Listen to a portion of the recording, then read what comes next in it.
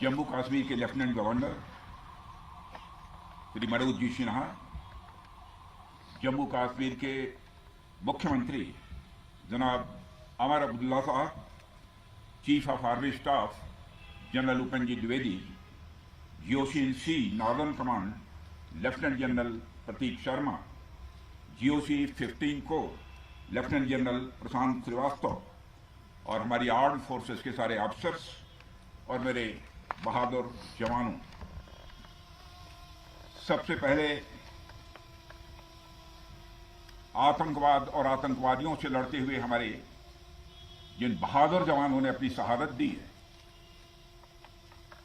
उनकी शहादत को मैं नमन करता हूं, उनकी मैं स्मृति को नमन करता हूं।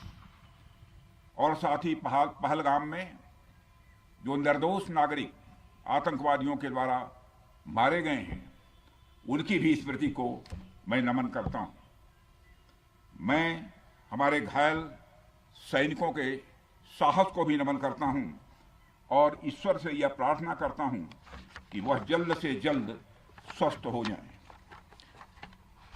मेरे दोस्तों, इन विषम परिस्थिति में आप सबके बीच आज आकर मैं स्वयं को बहुत ही गौरवान्वित महसूस कर रहा हूं। हमारे प्रधानमंत्री माननीय नरेंद्र मोदी जी के कुशल नेतृत्व और मार्गदर्शन में ऑपरेशन सिंदूर के दौरान आपने जो कुछ भी किया है, उस पर पूरे देश को गर्व की अनुभूति हो रही है। मैं अभी भले ही आपका रक्षा मंत्री हूं, लेकिन उससे पहले तो मैं भारत का एक नागरिक हूं। रक्षा मंत्री के साथ साथ मैं आज भारत के नागरिक के रूप में भी आप सबके प्रति आभार व्यक्त करने के लिए यहां मौजूद हूं। पहलगाम हमले के बाद हमारे जम्मू कश्मीर की जनता ने पूरी एकजुटता के साथ और पाकिस्तान और साथ ही साथ आतंकवादियों के प्रति जिस प्रकार से अपने गुस्से का इजहार किया है, मैं जम्मू कश्मीर की जनता का भी अभिनंदन करता हूं। मेरे साथियों, आपकी उस ऊर्जा को महसूस करने आया हूं जिसने दुश्मनों को नष्ट नाबूद कर दिया है। आपने जिस तरीके से सीमा के उस पार पाकिस्तान की चौकियों और बंकरों को आपने ध्वस्त किया, दुश्मन मैं समझता हूं उसे कभी भूल नहीं सकता।